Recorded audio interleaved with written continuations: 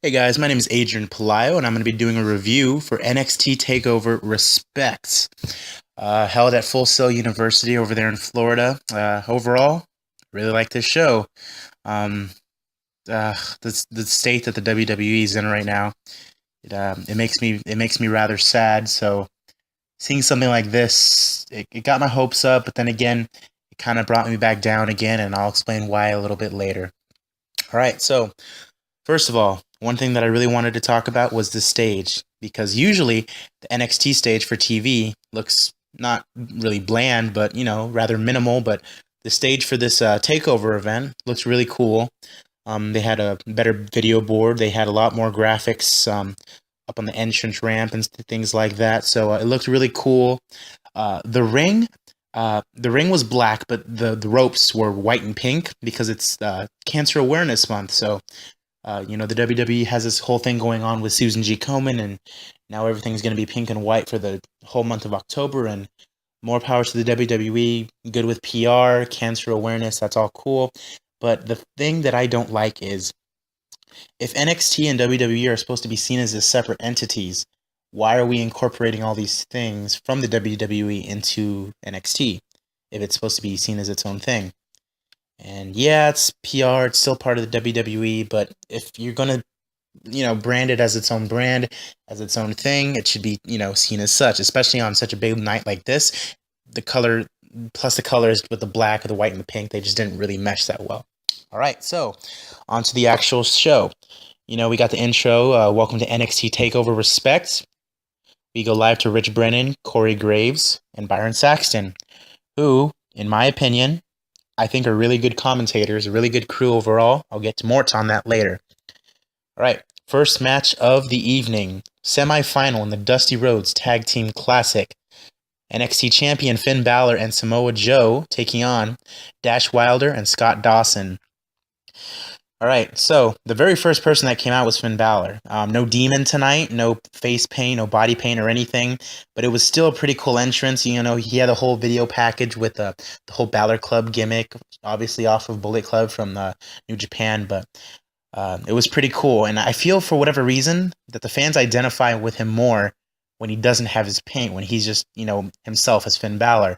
He looks, rather badass, in that jacket and just coming out, showing the title, showing him off, and he just looks a lot cooler. And if/when he gets to the main roster, because he said in interviews before that he kind of wants to stay in NXT as like a staple, as like a poster boy for NXT. But should he get into the main roster, that shirt should not just be for a shirt. It should actually mean something. And a way that they can do that is obviously have an actual Balor Club. And I think it'd be rather easy to do something like that because you have Becky Lynch, who just came up. She's Irish. You have Sheamus. He's Irish. How easy would it be to just throw those three together and have a stable and call it the Balor Club? They're all Irish and stuff like that. I don't know.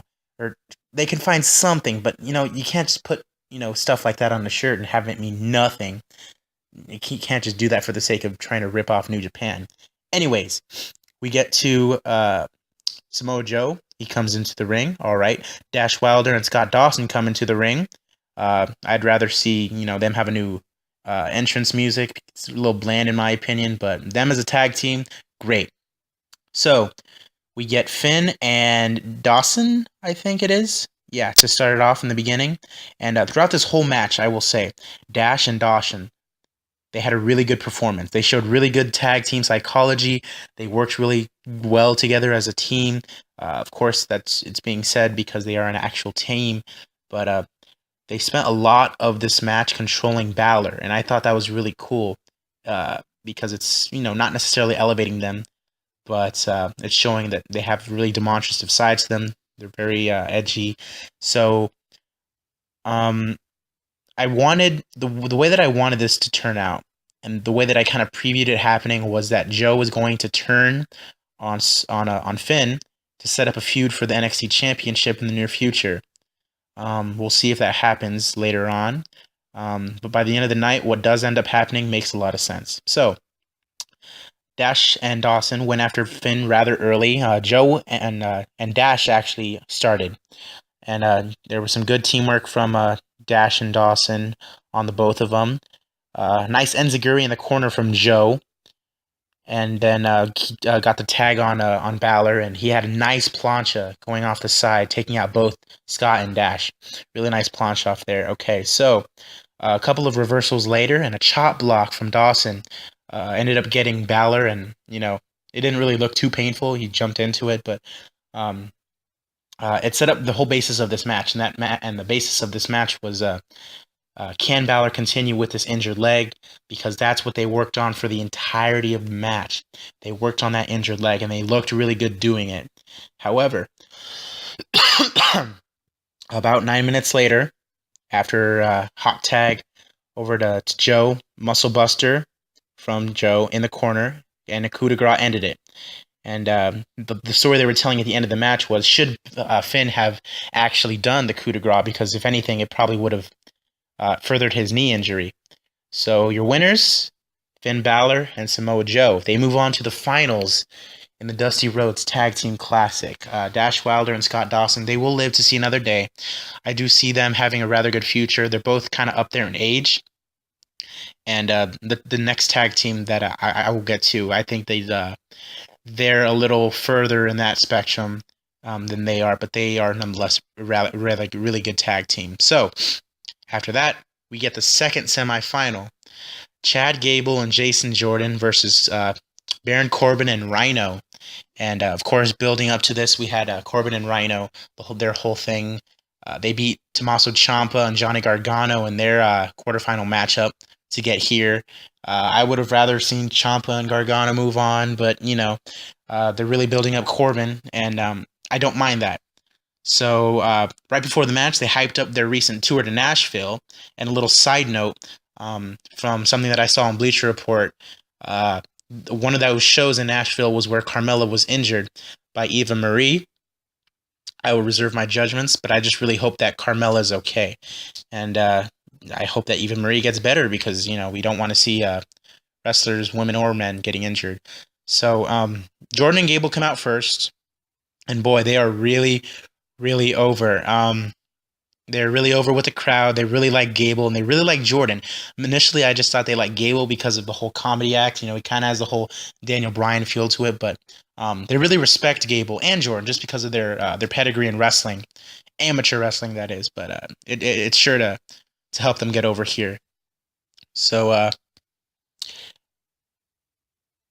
in the beginning of the match, Gable started out, and he had a really good arm bar against the ropes on Rhino. It looked really nice. And during this time when Gable was out there, he started getting some Kurt Angle type chants. So if you would allow me, Gable, Gable, Gable, Gable. Sounded a little off there, but with the whole Kurt Angle theme music. And it makes you wonder, like, they have mad respect for him. With Kurt Angle talking about, his retirement tour and everything like that, it opens up a lot of possibilities. I know he had said in an interview that he really wants to work with Daniel Bryan, but if Kurt Angle were to come and Chad Gable were there at the time, you never know. Crazier things have happened. So, Rhino tries to hit a splash on Gable, but it failed, and it ended up getting into a hot tag. So, a couple things later from Jason Jordan, he's getting really good. A couple of nice suplexes on Baron Corbin, of all people. And another tag over to Gable. Runs up into Corbin, and a very big 360 winds of change. If you know that move from Wade Barrett, he likes to hit that winds of change. And it looks really painful. Not painful, but it looked very powerful. The way that Corbin delivers it looks nice.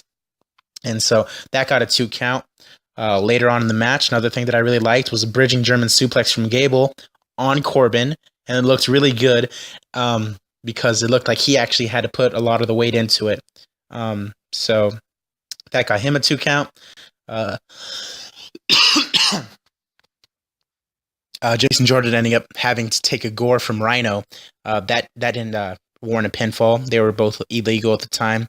And so the finish of this match, Gable's working over Corbin. He runs into the ropes. he tilt-a-whirls over Corbin, and Corbin picks him up and sets him up for the end of days and hits it. And it looks really, really good. And, the crowd boo because everyone hates Baron Corbin, but Baron Corbin is consistently getting better. And a really good thing about Baron Corbin is he's finding a lot of new ways to hit his finisher. That's something that's not necessarily rare, but very, very good in the WWE, because when you have a finisher that is very diverse and that you can hit it in different angles, hit it in different ways, it adds a lot of intensity and a lot of you have to guess when certain things are going to happen. Fans aren't going to be able to pick up on, oh, he's just going to hit his finisher at this point, because you have to do a little bit of guesswork. So Baron Corbin and Rhino get the victory, and they move on to the finals to take on Balor and Joe.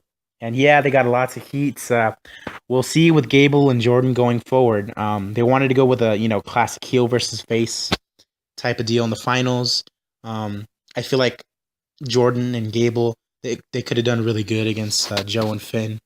But yeah, that's where they were going with it. So Finn and Joe versus Corbin and Rhino in the finals.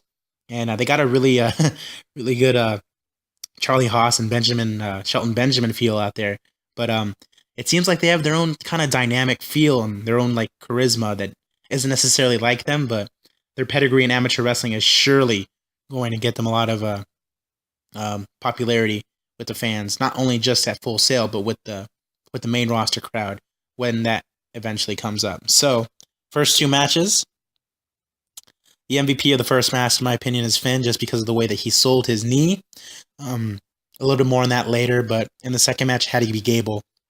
That bridging German suplex looked nice, and the crowd just loves him right now. So that was the first two matches. All right, so moving on, we got the next match. We had the debuting Asuka versus Dana Brooke. They had a little feud going on NXT when Asuka was making her debut. William Regal was introducing her to the crowd. Dana Brooke and Emma came out and say, you know what, this is our ring, so you got to get out of it. So Asuka took some heat from that and ended up moving out of the ring like they told her to, but eventually it was set up. Dana Brooke versus Asuka. Here we are.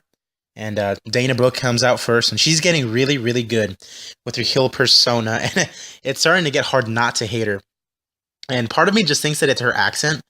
Just she has a very I don't want to say it's Brooklyn, but it might be Brooklyn or Boston, but her accent kind of just adds to it. The way she's, oh, sweetie, just the way she says things, it kind of makes me hate her a little bit more, but you can't deny her athleticism. That is a very big part of her. And it'll really, really add to her legitimacy. And yeah, Emma's still hot. That's my thing with Emma right now. But Emma ends up having a little part in the match later on. So Asuka comes out, and her theme song is really, really cool. It's glad to see that the song wasn't overtly Asian or Japanese or whatever.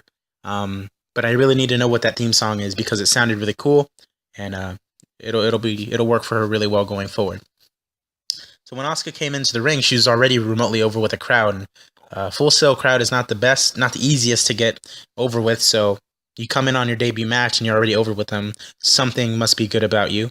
I know Kana, her former ring name, she had a lot of things going on in Japan. So we got some nice grappling going on.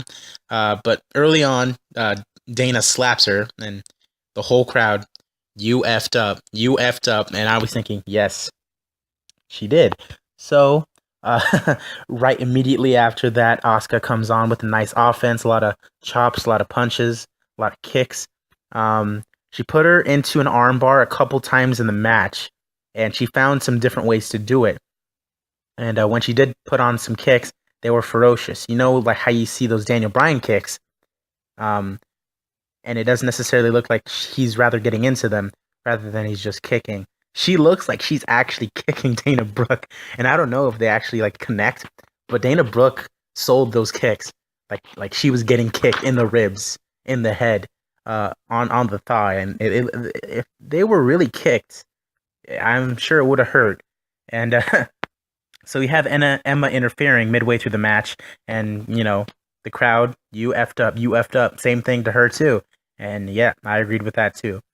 So midway through the match, Dana Brooke has Asuka on a body scissors, and Asuka reverses it into a knee bar, into an ankle lock, picks up Dana Brooke, has her on one leg, still in the ankle lock, and with her ankle still locked into her body, gives her a German suplex, and I went, damn.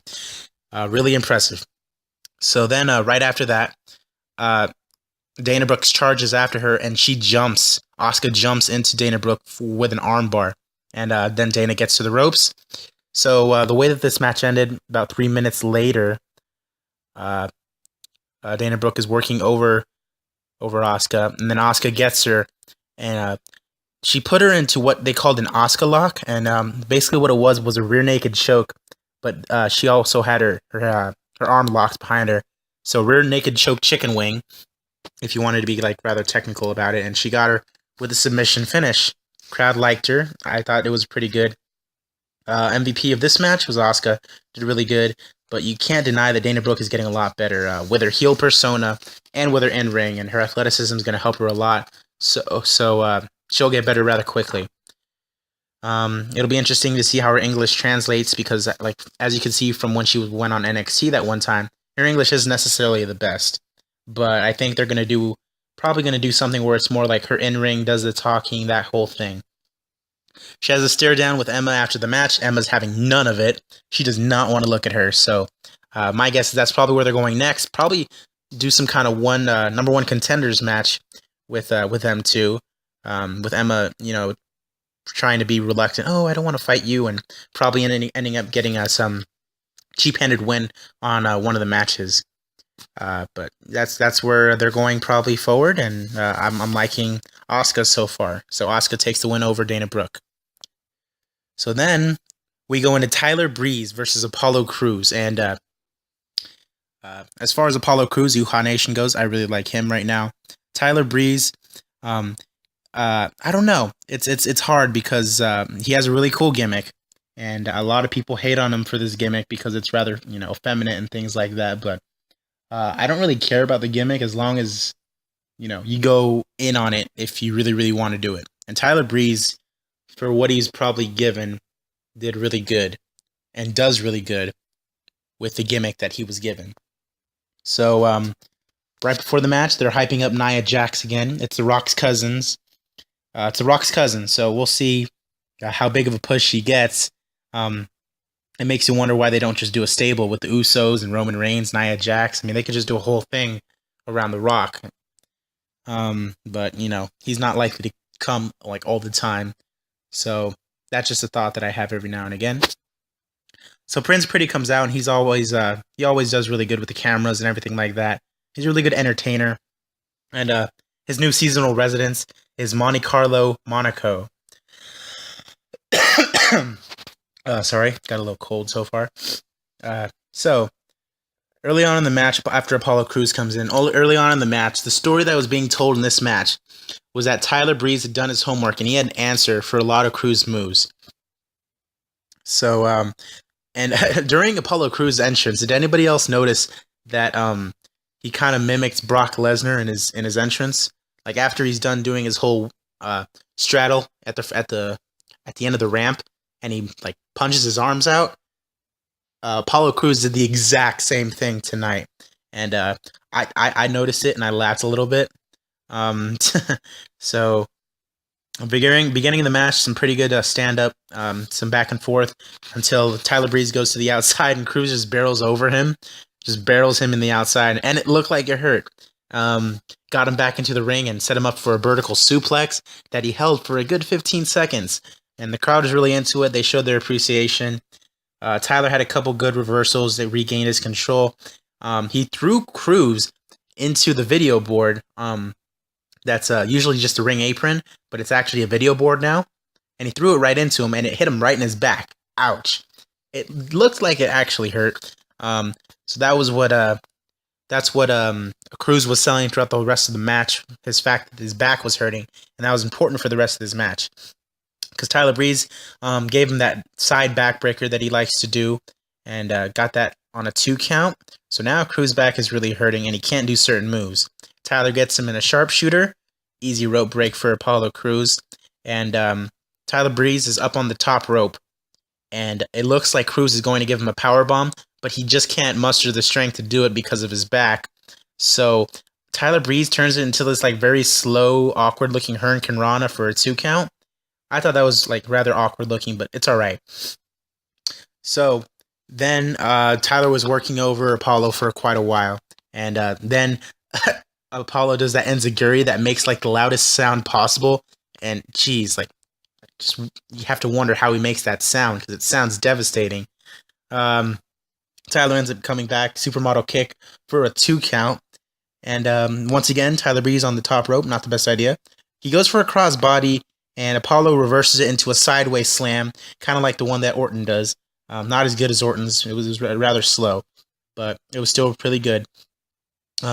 So Apollo goes for the gorilla press that he does right before he hits the moonsault, but Breeze denies it, holds his leg down.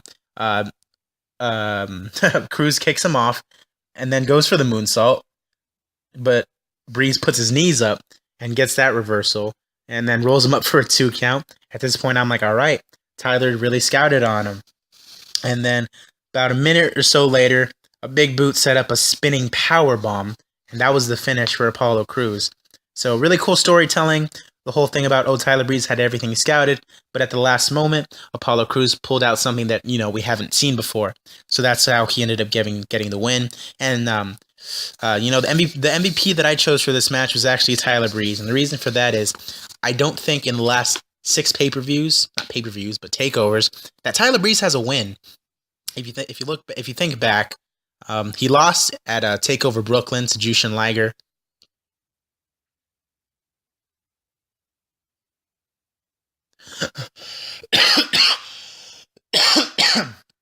Sorry there. He lost to Jushin Liger, and then he lost to Finn Balor for the #1 contendership way back in May. So he's been taking a lot of losses on Takeover on Takeover events. So you got to wonder if they're like really going to invest in Tyler Breeze or if they're just marketing him as kind of a placeholder here on NXT. It's hard to imagine him actually doing well on the main roster just because of his gimmick and how it probably would not work. So that's my whole thing with Tyler Breeze, but he did the job today and he did it rather well, and Apollo Crews takes the win with a spinning powerbomb that looked all right. So up next, we had the championship match in the Dusty Rhodes Tag Team Classic. We had Finn Balor and Samoa Joe taking on Baron Corbin and Rhino. And a little quick thing to mention, Eden Styles, she did the intro, she did the announcing for the match. Small thing to notice, but she is Cody Rhodes' wife, so she's technically a Rhodes. That was a nice little touch on the match. Entrances were rather rushed because we obviously know who's already in the matches, but yeah, it was the entrances were rather fast considering it was Finn Balor and Samoa Joe out there. So Balor and Rhino were starting out, and Rhino and Corbin were both trying to go after Balor's knee really, really early. Balor was kind of denying it, but about 3 minutes into the match, they finally got over on Finn Balor and immediately started attacking the knee. Small reversal from Finn about 5 minutes into the match, but went straight into a winds of change from Corbin, and it looked good. And seeing Corbin and Balor work like this, it was really good because you got to imagine that at some point they will be meeting again in a championship match. That's just my opinion. But a swing blade from Balor ended up in a hot tag to Joe because Balor ended up playing the babyface in peril this whole match, which was kind of weird, but kind of made sense considering his knee. So with hot tag to Joe, delivering STOs all over the place on Rhino and on Corbin. So a gore from Rhino onto Balor that looked rather sick. And no, it was actually on Joe, and Balor was the one who ended up breaking it up at a 2 count. So then, about 2 minutes later, Rhino was setting up in the corner for a gore, and it gets reversed. He takes the turnbuckle, and Samoa Joe picks him up for a muscle buster, and Finn Balor finishes him off for the coup de grace for the 3 count. So your winners of the Dusty Rhodes Tag Team Classic are Finn Balor and Samoa Joe. And I was okay with this. especially with the fact that Corbin and Rhino in it would look rather stale and rather.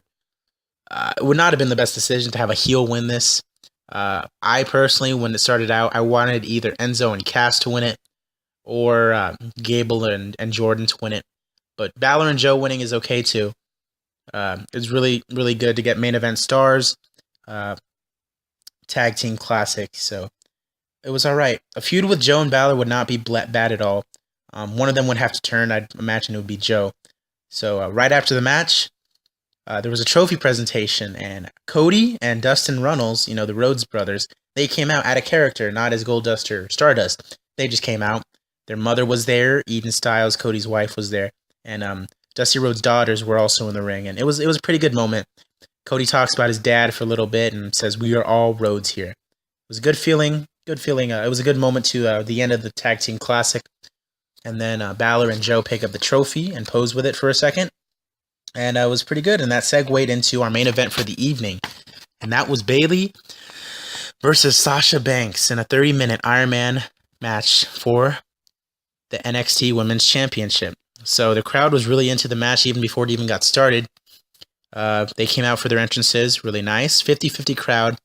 Bayley was there, Sasha Banks was there, and they're really over with the whole crowd.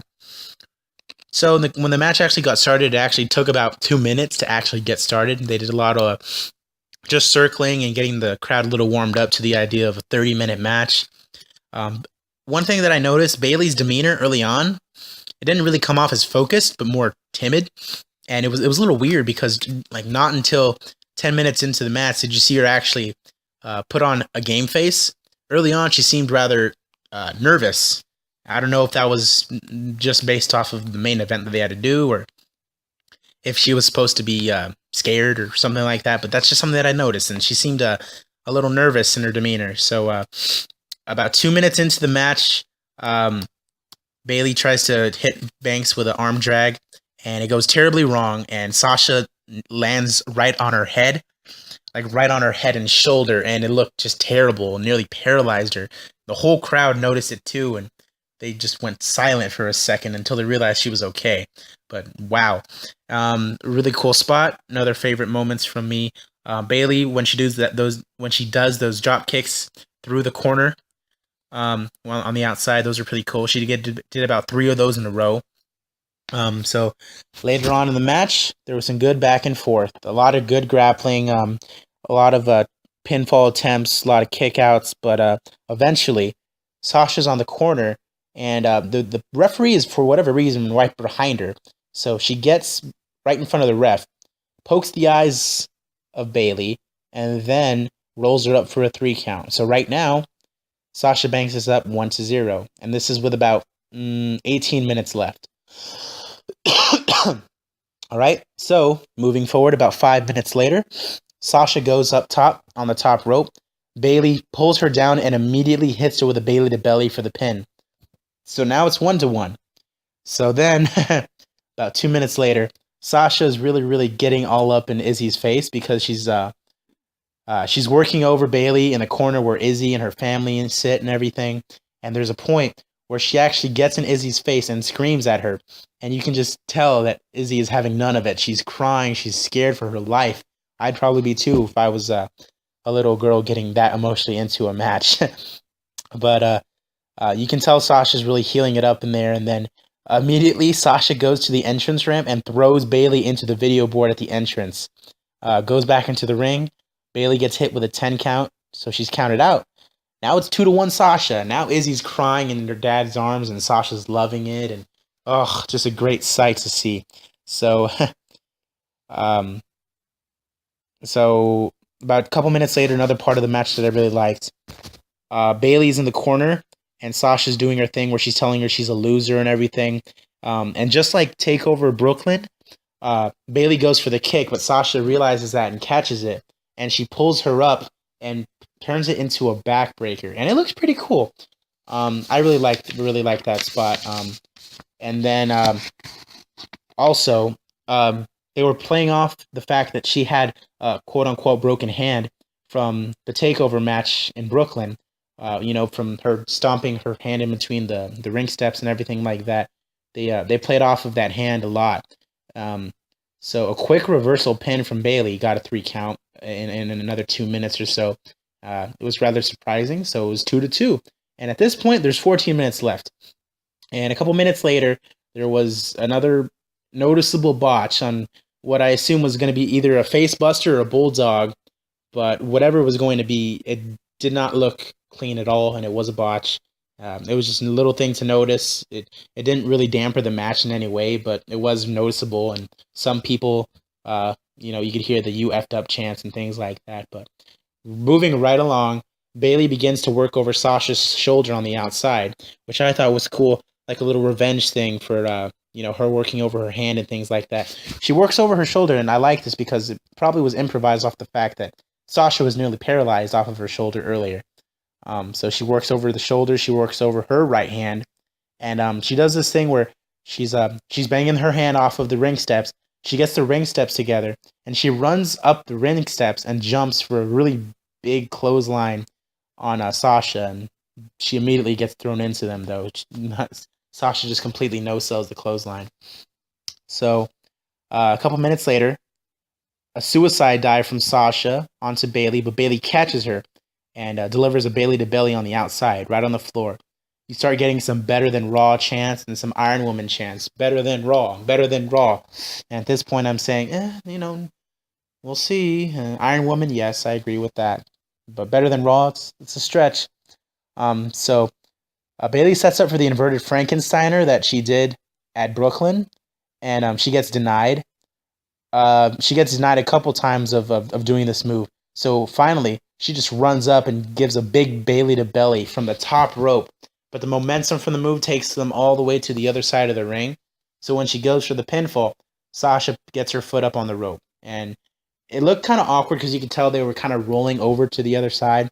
But, good storytelling to this point. And at this point, there's only 3 minutes left, and it's still 2-2. And I really like the fact that the commentating crew talked about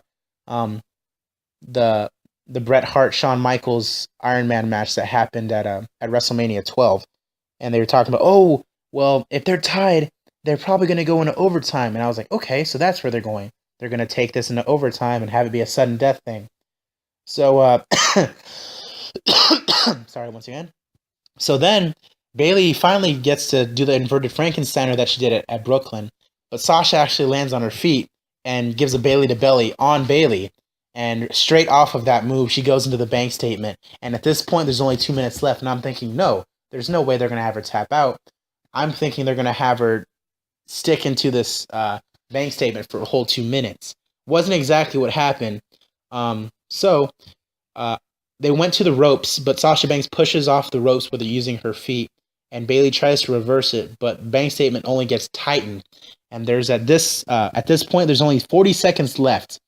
So at this point, Bayley's still in the bank statement, and she starts banging on the hand of Sasha, because at this point, Sasha's hand is also hurting just like Bayley's.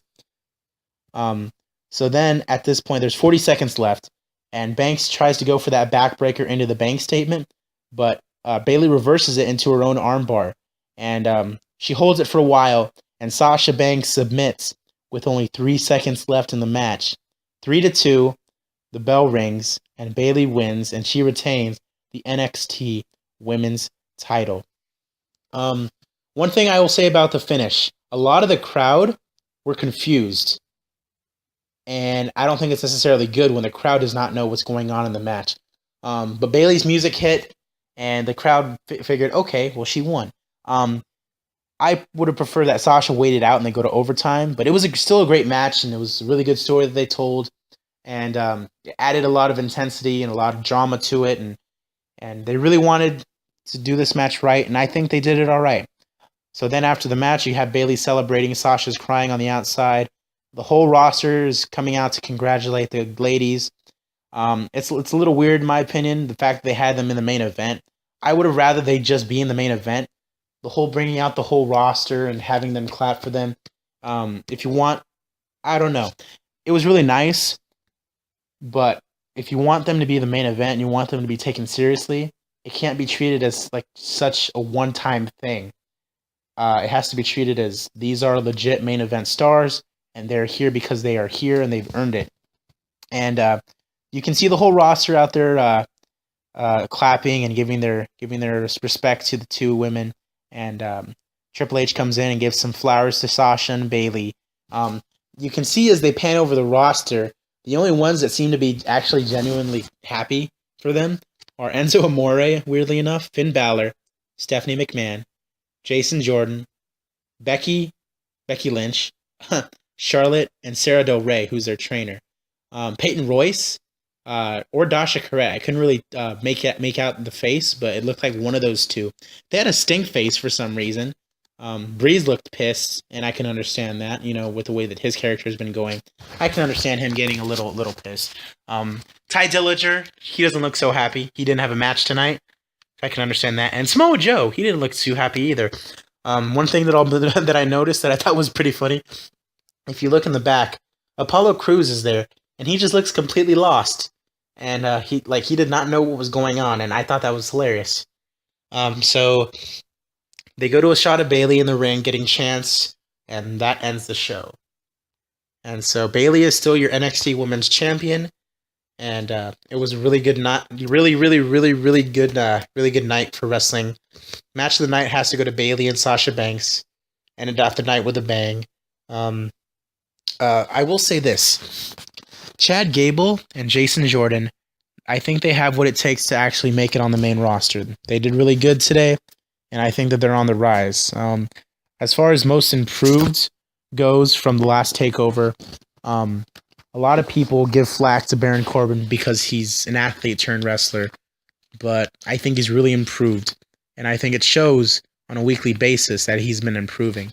And just, the way that he delivers his finisher, the fact that he's finding new ways to hit it every now and again, he's doing rather well, and he'll get better. So in my opinion, show is really good. I give it about an 8 out of 10 based off of an NXT standpoint, not just an overall WWE standpoint. I think that Brooklyn was a lot better. For whatever reason, I think it was a lot better, and just the overall feel to it was better. Sorry. The crowd was obviously better. The matches were better. I liked the Bayley Sasha Banks match, but for some reason, I still think that their Brooklyn match was better. But it was always going to be hard to top that one. But they did their match justice, and it gets an 8 out of 10. And so my final point will be. The commentary throughout the match was really good, and I like Byron Saxton, and they gave him a lot of hate. They gave him a lot of flack on Monday Night Raw, and it makes me wonder why he gets taunted on Raw so repeatedly. But he's obviously respected here in NXT, so it makes you wonder. Maybe Kevin Dunn is telling the announcers to give flack on Byron Saxton just because he comes from NXT. And everyone knows that Kevin Dunn and Triple H aren't necessarily on the best of terms. So that's NXT Takeover Respect. It gets an 8 out of 10. My name is Adrian Palaio, AZ Palaio 21. And I think I'm going to come back and do some more of these reviews, eventually get better at it. And so, yeah, I'll talk to you guys later.